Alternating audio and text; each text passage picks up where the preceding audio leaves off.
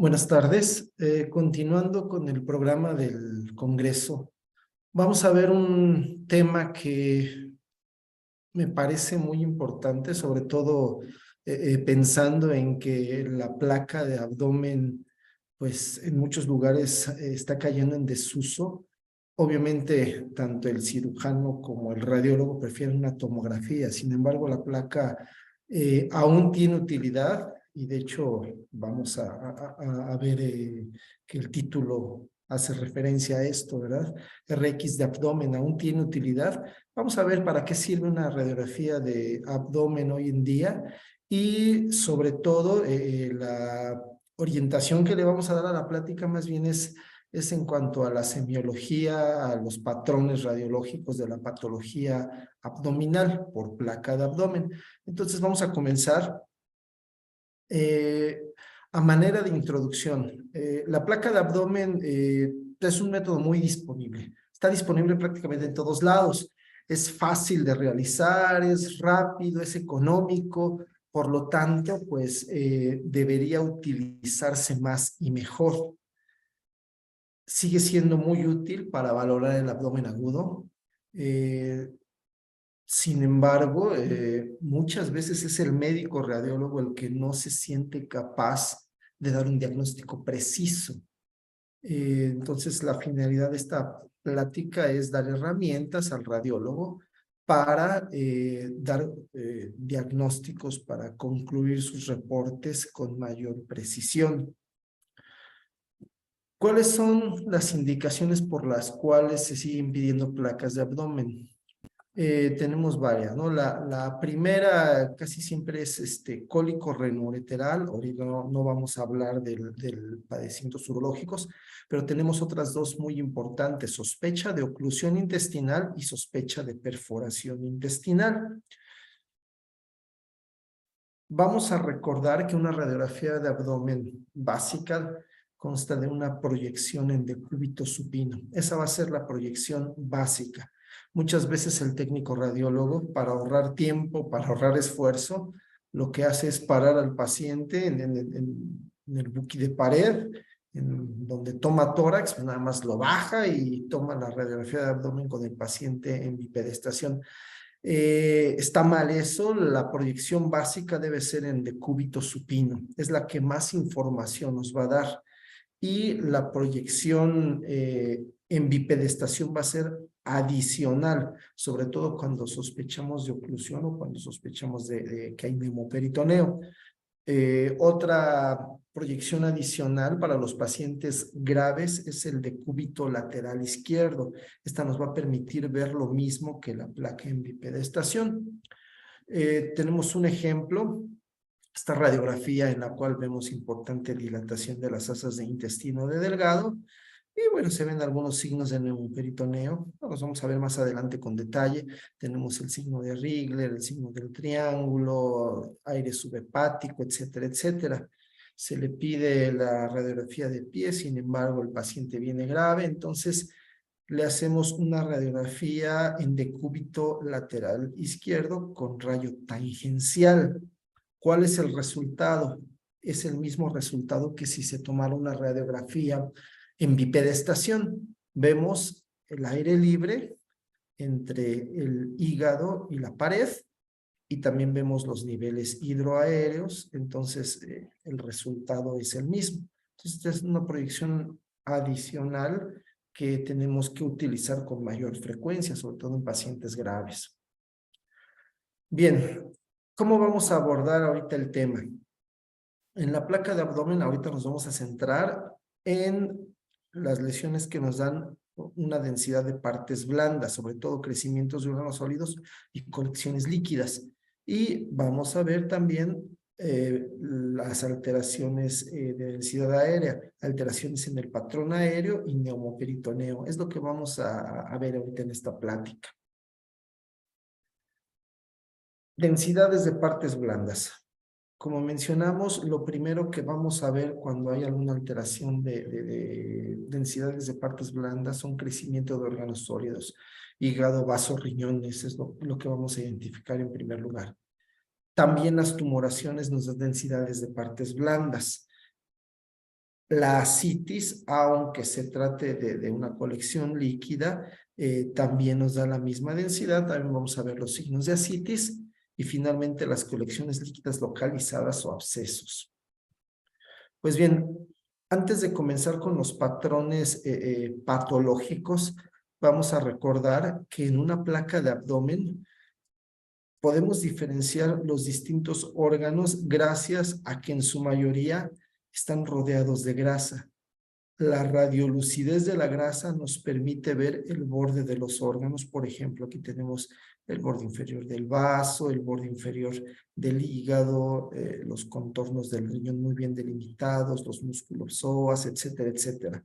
Entonces, la densidad grasa que rodea a los órganos abdominales es lo que nos va a ayudar para poder identificar estos órganos.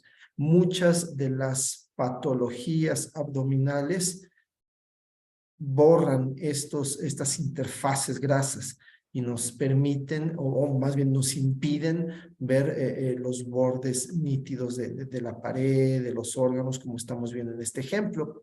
Entonces, si nosotros tomamos en cuenta esto, vamos a poder identificar mucha más patología. Primer ejemplo que tenemos pues es esta, en donde vemos el hígado aumentado de volumen con el desplazamiento en sentido caudal del colon transverso. Entonces es la primera alteración que vemos con aumento en la densidad, esta hepatomegalia. Y del otro lado tenemos un ejemplo de esplenomegalia. Vemos cómo el borde se ve con toda nitidez debido a la grasa que rodea el vaso. El borde inferior del vaso llega prácticamente a la cresta ilíaca. Son dos ejemplos de megalias.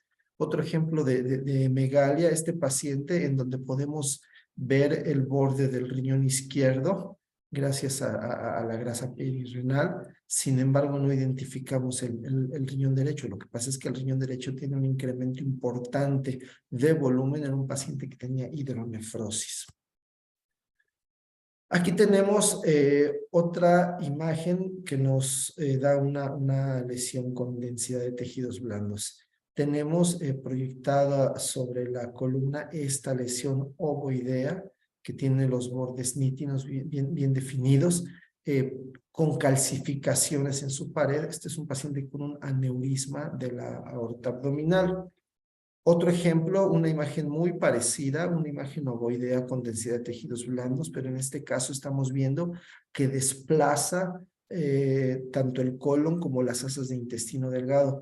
Esto nos habla de que no está retroperitoneal, sino que está dentro de la cavidad peritoneal. Entonces, esta lesión parece abarcar hasta la pelvis. Este es una paciente que tenía un cistadenoma ovárico. Vamos a ver el primer de los patrones patológicos, que es el de la ascitis. ¿Cuáles son los datos de ascitis en una radiografía simple de abdomen? Los voy a poner primero en una lista y luego los vamos a ir revisando. El primero de los datos que vamos a ver, pues obviamente es una opacidad generalizada, no como la anterior que vimos que desplaza las asas hacia arriba, ¿no? Esta es generalizada. Y las asas no las vamos a ver desplazadas hacia arriba ni hacia los lados, las vamos a ver centralizadas. Vamos a ver borramiento de las líneas peritoneales, que son las que separan la pared del abdomen con la cavidad peritoneal. Vamos a ver borramiento de interfaces de los órganos sólidos. Estas imágenes radiolúcidas por la grasa que nos permiten delimitar los órganos son las que vamos a perder cuando haya ascitis. Y también vamos a ver borramiento de recesos paravesicales. Estos son los principales datos de ascitis en una placa de abdomen. Vamos a ver algunos ejemplos. Tenemos aquí la primera, en donde vemos la opacidad generalizada del abdomen. No vemos las interfaces que nos permitan delimitar los órganos sólidos, ni el hígado, ni el vaso, ni los riñones se delimitan con precisión, y la centralización de las asas de intestino delgado. Tampoco vemos líneas preperitoneales, tampoco vemos recesos paravesicales. Aquí voy a poner a un lado el ejemplo anterior en el cual la paciente tiene un cistadenoma de ovario. ¿Cuáles son las diferencias? Las diferencias es que no hay centralización de asas, sino que aquí las asas están desplazadas. Acá están centralizadas en el paciente con ascitis. Acá sí se ven las líneas preperitoneales, en el paciente con ascitis no. Y los recesos paravesicales, que aquí están borrados, nada más para recordar, deben verse así. Debemos ver la vejiga como una imagen de borde nítido, de densidad de tejidos blandos, y los recesos paravesicales con una mayor radiolucidez que aquí se pierde por la presencia de líquido. Bueno, este es un ejemplo de ascitis. Tenemos otro ejemplo también de ascitis muy parecido, el aumento generalizado de la densidad en todo el abdomen con centralización de las asas. No vemos líneas preperitoneales, no vemos bien delimitados los recesos paravesicales, no delimitamos con precisión los órganos sólidos por las pérdidas de las interfaces. Entonces, otro ejemplo de ascitis. Ahora bien, ¿cómo se ven los abscesos abdominales? Los abscesos abdominales o las colecciones de líquido ya más localizadas se van a poder identificar por los siguientes hallazgos.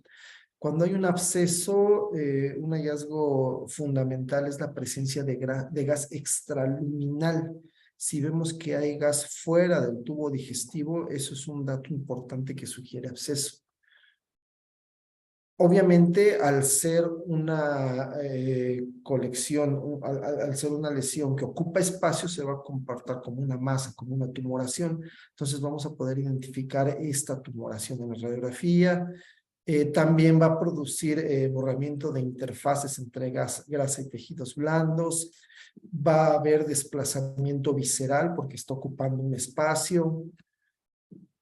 También vamos a veces a tener fijación de algún órgano móvil, por ejemplo, el colon transverso o el sigmoides o asas de intestino pueden quedar fijas. A veces podemos visualizar un cuerpo extraño que pueda ser la causa del absceso. Y otros hallazgos secundarios dependiendo de la localización del absceso. Por ejemplo, podemos tener un íleo localizado difuso, podemos ver la elevación de un hemidiafragma o derrame pleural cuando el absceso está en cuadrantes superiores, o también la escoliosis antiálgica, la desviación de la columna hacia el lado contrario del absceso. Todos estos son datos que debemos buscar. Entonces es importante que nosotros tenemos esta lista, así a manera de checklist, y de tener la paciencia para estar buscando cada uno de estos datos en la radiografía de abdomen. Vamos a poner bueno, antes de tener ejemplos, vamos a recordar nada más que los abscesos abdominales los vamos a clasificar de acuerdo a la anatomía del peritoneo. Los vamos a dividir en primer lugar en abscesos supramesocólicos e inframesocólicos. Esto en relación al mesocolon transverso. Los supramesocólicos los vamos a dividir a su vez en subfrénicos, derecho e izquierdo, subhepático. Vamos a tener un espacio importante también en la transcavidad de los epiplones. Algunos refieren también a un espacio periesplénico. Y bueno, los inframesocólicos los vamos a tener infracólicos, tanto derecho como izquierdo. Aquí también algunos les llaman abscesos interasa. Los vamos a tener paracólicos en las correderas parietocólicas o a nivel del hueco pélvico. Entonces, es importante que tratemos de determinar qué espacio está ocupando el absceso. Bueno, aquí tenemos un ejemplo de un paciente en el cual todavía no era un absceso, todavía no estaba bien infectado, pero una colección líquida bien localizada. Vemos cómo se insinúa una lesión con densidad de tejidos blandos que en la radiografía en decúbito parece comprimir al estómago. Vemos aquí el parte del fondo gástrico. Entonces, la lesión parece comprimir el estómago. Si vemos la radiografía de pie, vemos cómo efectivamente el estómago está siendo desplazado hacia abajo por esta lesión con densidad de tejidos blandos redondeada. Hay hallazgos ahí asociados, de los cuales ya hablamos en la lista anterior. Por ejemplo, vemos esta asa de intestino delgado fija, tenemos esta asa fija ahí. Vemos aire libre. ¿Cómo podemos saber que hay aire libre? Porque tenemos el ligamento falciforme muy bien marcado. Tenemos aire libre en la cavidad abdominal, masa de tejidos blandos que está desplazando un órgano, en este caso el estómago, y un hilio localizado. Estos son los datos de colección. Un dato importante es que aquí tenemos algunas grapas quirúrgicas por debajo del hígado. Este fue un paciente posoperado de colecistectomía, en el cual se botaron las grapas y se formó un bilioma. Tenemos otro paciente, en este caso un paciente femenino, que venía por dolor abdominal. Pasó lo que ya les dije anteriormente, el técnico la mete a la sala, la para, baja el buki de pared y toma la placa en bipedestación. Entonces, bueno, yo ya estaba haciendo corajes y estaba ahí regañando a la gente cuando me doy cuenta que en esta placa en bipedestación vemos muy claros los datos de absceso. Vemos el colon ascendente ligeramente desplazado. Entonces esto nos habla de que hay algo en la corredera paritocólica. Y efectivamente vemos insinuando hacia aquí una lesión con densidad de tejidos blandos que tiene un corpúsculo aire en su interior. Recuerden, aire extraluminal, masa o tumoración con densidad de tejidos blandos que desplaza algún órgano, es un dato de absceso. Y vemos que no se distinguen con precisión los distintos músculos de la pared abdominal. Por ejemplo, acá vemos muy bien el transverso, el oblicuo interno, el oblicuo externo. Acá no se ven con tanta precisión. También, bueno, no, esta paciente era una paciente con apendicitis perforada que había hecho un absceso en la corredera paritocólica. Este absceso ya se había extendido a la pared abdominal. Entonces vemos aquí muy claros los signos de absceso abdominal en placa de abdomen. Un ejemplo más, en esta radiografía en decúbito, pues lo que le llamó la atención al residente que lo interpretó, pues fue la presencia de este hilio localizado aquí en el flanco derecho, pero no se percató de que había estas imágenes puntiformes de densidad aérea, lo que algunos llaman como patrón en migas de pan. Todas estas imágenes puntiformes nos están hablando de que hay gas extraluminal.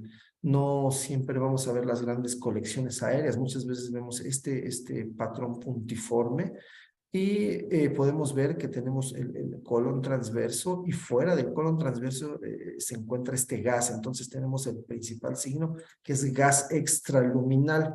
Se asocia el hilio que ya se había identificado. Vemos que hay borramiento de interfaces, no podemos distinguir el riñón, no podemos distinguir el borde inferior del vaso. Un dato interesante es que este colon tiene algunas impresiones digitiformes. Vamos a hablar de ellas cuando hablemos de isquemia intestinal. Y si era un paciente que tenía isquemia intestinal, por la isquemia ya se había perforado y se había formado un absceso. Un ejemplo más, podemos observar dos imágenes radiolúcidas, dos colecciones aéreas. Sin embargo, llama la atención que en ellas no se observan ni válvulas coniventes ni austras, por lo cual vemos que no forman parte de lo que es el tubo digestivo. Y alrededor de ellas también estas imágenes puntiformes en patrón de migas de pan que nos hablan de que hay aire extraluminal. Aquí el hallazgo interesante es esta imagen que se interpretó como un cuerpo extraño. Sin embargo, el paciente había sido operado. Esta es una sutura que se botó. Entonces la sutura se botó, hizo una dehiscencia de anastomosis y entonces por eso se formó el absceso. Entonces es otro dato de absceso abdominal. Finalmente, tenemos esta imagen que se había interpretado como una dilatación del colon descendente. Aquí parecía colon descendente. Aquí se ven estas imágenes que parecen ser las austras. Sin embargo, si lo vemos con más cuidado, vamos a ver que no se trata del colon. Vamos a ver que en realidad es una lesión grande, ovoidea. Se ve bien delimitada esta lesión y corresponde al riñón izquierdo. El riñón izquierdo es el que tiene este aire ahí en su interior, en un absceso renal. Este absceso renal ya se ve extendido al psoas. Vemos el patrón puntiforme, igual, las imágenes radiolúcidas, muchos, múltiples corpúsculos aéreos que están en el territorio del psoas, se había ya invadido el psoas. Obviamente, pues las interfaces están borradas, no vemos bien el psoas, no vemos bien delimitado el resto de las estructuras abdominales, precisamente por la presencia de este absceso. Entonces, vean cómo el absceso, aunque es retroperitoneal, pues nos da los mismos datos radiológicos que los abscesos peritoneales. Entonces, este fue un caso de un absceso renal con invasión al músculo psoas. Bueno, vamos a seguir hablando de las densidades aéreas, vamos a hablar de las alteraciones en el patrón aéreo. Muchas veces hay confusión porque hay terminología que unos usan, otros no. Por ejemplo, cuando hablamos de patrón aéreo, algunos hablan de hilio paralítico, hilio reflejo, hilio localizado, asa sentinel, etcétera, etcétera. Para facilitar las cosas, podemos hablar de 4 patrones patológicos. El primero de ellos sería el hilio localizado, el segundo sería el hilio generalizado. Entonces es más fácil hablar de esto, de un hilio que está localizado o de un hilio que está generalizado. Y los otros 2 patrones, pues son el patrón de obstrucción de intestino delgado y el patrón de obstrucción de intestino grueso. Si nosotros simplificamos en estos 4 las alteraciones del patrón aéreo, va a ser mucho más fácil la valoración de la radiografía de abdomen. Vamos a ver las características de cada uno de estos patrones. Bueno, antes de ver, perdón, antes de ver los patrones patológicos, hay que recordar cómo es el patrón aéreo normal. Es normal que se visualicen 2 o 3 asas de delgado sin dilatación de las mismas. Por ejemplo, aquí tenemos pues algunas asitas de intestino delgado visibles, pero no están dilatadas. Y es normal que haya gas en el marco cólico, material de residuo también en el marco cólico. Importante corroborar que haya gas o material de residuo a nivel rectal. Entonces, este es un patrón normal, un patrón aéreo normal. Ahora sí, si nosotros sabemos distinguir este patrón aéreo normal, marco cólico con gas o material de residuo, gas en el ámpula rectal, algunas asitas de delgado ahí, 2 o 3 asas de delgado no dilatadas. Aquí vemos el sigmoides. Esto es completamente normal. Entonces, si nosotros sabemos identificarlo, vamos a poder ver las alteraciones de este patrón. El primero es el hilio localizado. ¿A qué se refiere en el hilo localizado? Cuando hay 2 o 3 asas distendidas en un cuadrante. Cuando están localizadas en un cuadrante y podemos corroborar que sí hay aire en marco cólico o rectosigmoides. Entonces, 2 o 3 asas distendidas en un cuadrante, gas en marco cólico o rectosigmoides, esto es un hilo localizado. El hilo generalizado, obviamente, ya no son 2 o 3 asas, son múltiples asas distendidas y las podemos ver distribuidas en forma generalizada. Hay que hacer notar que el hecho de decir que las asas están distendidas no necesariamente quiere decir que están dilatadas. Si ustedes se fijan, aquí el diámetro de las asas pues todavía es normal. Sin embargo, el número de asas con aire en su interior pues es mucho mayor al normal. Entonces, varias asas distendidas con gas en su interior, pero seguimos teniendo gas a nivel de rectos sigmoides. Podemos distinguir algunos segmentos del marco cólico. El marco cólico también puede estar distendido. Entonces, esto es un hilo generalizado. Ahora bien, el patrón de oclusión de intestino delgado, nuevamente vamos a ver múltiples asas, pero en este caso no solamente están distendidas, sino que ya están dilatadas. Se toma como límite 3 centímetros de diámetro, más de 3 centímetros de diámetro, ya hablamos de dilatación. Entonces, las asas están dilatadas, no tenemos gas en rectos sigmoides, a veces ya no hay gas tampoco en el marco cólico. Eso depende del tiempo de evolución. Muchas veces el tiempo de evolución es corto, por lo tanto, todavía alcanzamos a ver aire o en marco cólico o en recto. Y en la oclusión de intestino grueso, el dato importante es que vamos a tener dilatación del marco cólico.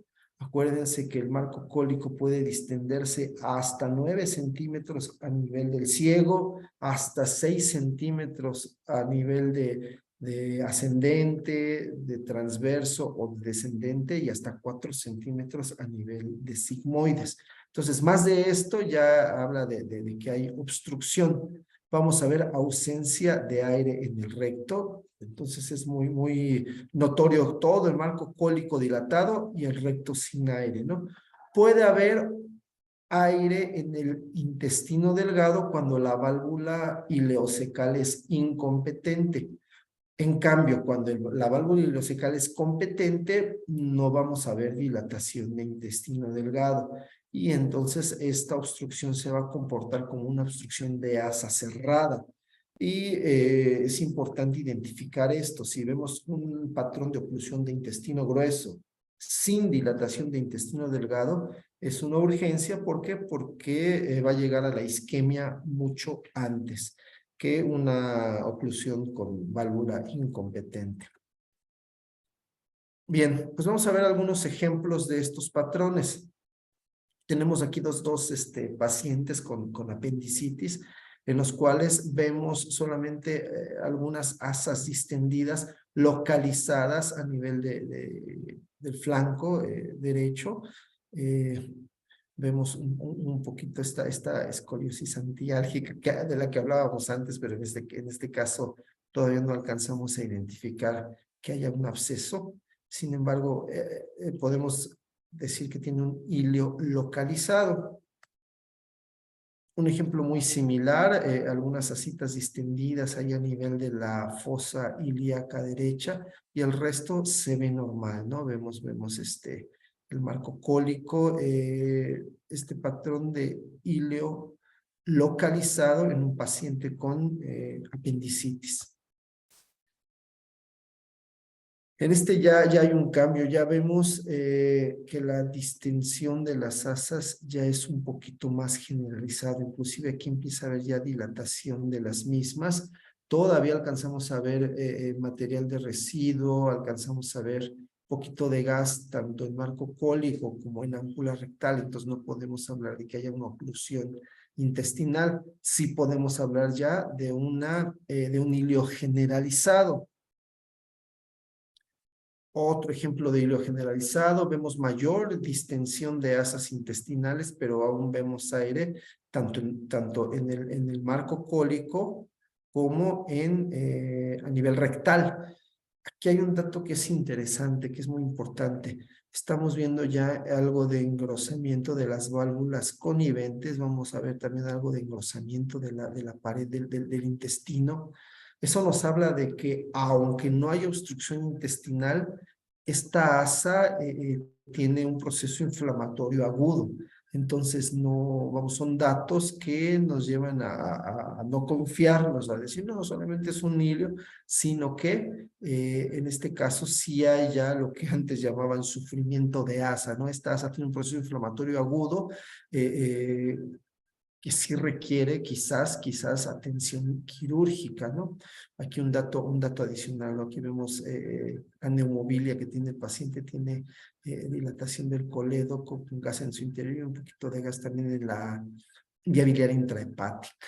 Bueno, entonces este paciente sí tenía ya isquemia, estaba empezando con isquemia intestinal. El otro paciente que no tiene estos datos de inflamación aguda en las asas, solamente tenía un hilio metabólico. Este es otro ejemplo también de un hilio metabólico. Vemos distensión de las asas, vemos distensión también del marco cólico. Sin embargo, vemos gas a nivel de la ámpula rectal. Este paciente también tiene un hilio generalizado. En este caso era un hilio metabólico. Otro hilo metabólico, la distensión generalizada tanto de asas como de intestino delgado como del colon. Esto no es una obstrucción. Esto fue un hilio metabólico, ¿no? Entonces son patrones de hilio generalizado. Aquí ya es diferente, aquí vemos una gran dilatación del estómago, dilatación de asas de intestino delgado, más de 3 centímetros de diámetro. Aquí no alcanzamos a ver, se corta el hueco pélvico, sin embargo, no vemos el colon descendente. Entonces esto ya podemos sospechar que sea una obstrucción intestinal. En el segundo caso es más evidente la dilatación de las asas de intestino delgado, ausencia de gas en el colon descendente, ausencia de gas a nivel de la ámpula rectal. Entonces esto ya es un patrón de obstrucción de intestino delgado. Datos importantes que vamos a ver más adelante también. Vamos a ver el engrosamiento de las válvulas coniventes y de la pared del intestino, más evidente en el segundo caso. Y bueno, aquí tenemos un ejemplo ya del último de los patrones que vimos, que es el patrón de obstrucción del intestino grueso. Vemos la importante dilatación del marco cólico con formación de niveles hidroaéreos. El paciente está de pie. Vemos los niveles hidroaéreos tanto en el colon transverso como en el descendente. Y después ya no vemos el colon, el resto del colon descendente ni el sigmoides. Entonces, este paciente tiene una oclusión de intestino grueso. Vemos que ya hay algunas asas de intestino delgado dilatadas, entonces podemos decir que es una obstrucción de intestino grueso con válvula ileocecal incompetente. Este es un caso distinto, una importante dilatación de las del marco cólico, perdón. Podemos ver que es marco cólico, vemos las austras. ¿Cómo sabemos que son austras y no válvulas coniventes? Porque no atraviesan en su totalidad todo el asa. Entonces, son austras, por lo tanto estamos hablando de dilatación del colon, no vemos asas de intestino delgado, entonces esta es una obstrucción de intestino grueso, pero con una válvula ileocecal competente, por lo tanto esto se comporta como una obstrucción de asa cerrada y va a llegar a la isquemia rápidamente. Y otro ejemplo, un típico ejemplo del vólvulo de sigmoides, ¿no? El que llaman signo del grano de café. Nuevamente vemos la dilatación del sigmoides. Vemos que el resto del colon no está tan dilatado, está distendido, pero todavía con un diámetro normal. En cambio, el sigmoides con una notable dilatación y se está comportando también como una obstrucción de asa cerrada. Tenemos un vólvulo que progresa rápidamente hacia la isquemia. Bueno, la plática pues es muy extensa, vamos a tener que dividirla en dos partes. Vamos a dejar aquí la primera parte. ¿Cómo podemos concluir esta primera parte? Muchos de los hallazgos de las placas de abdomen suelen ser inespecíficos. Por eso muchas veces no podemos concluir con precisión nuestros reportes, ¿verdad? Sin embargo, como pudimos ver en estos últimos casos, muchas veces podemos determinar qué pacientes van a requerir atención de urgencia, incluso qué pacientes van a requerir atención quirúrgica. Entonces, la placa de abdomen sí nos puede ayudar en el paciente con abdomen agudo para determinar cuál sí requiere atención de urgencia y cuál no requiere atención de urgencia. Y si nosotros sabemos distinguir alguno de los patrones que vimos anteriormente, si podemos distinguir, por ejemplo, ascitis, abscesos, íleos localizados, generalizados, oclusiones de intestino delgado, intestino grueso, entonces le vamos a ayudar mucho al médico para que él sepa cuál es el siguiente paso en el tratamiento de su paciente. Bueno, vamos a dejar aquí y la segunda parte vamos a continuar pues con algunas de las patologías más importantes. Vamos a ver oclusión intestinal, vamos a ver isquemia intestinal y vamos a ver neumoperitoneum, todo en la placa de abdomen. Pues muchas gracias.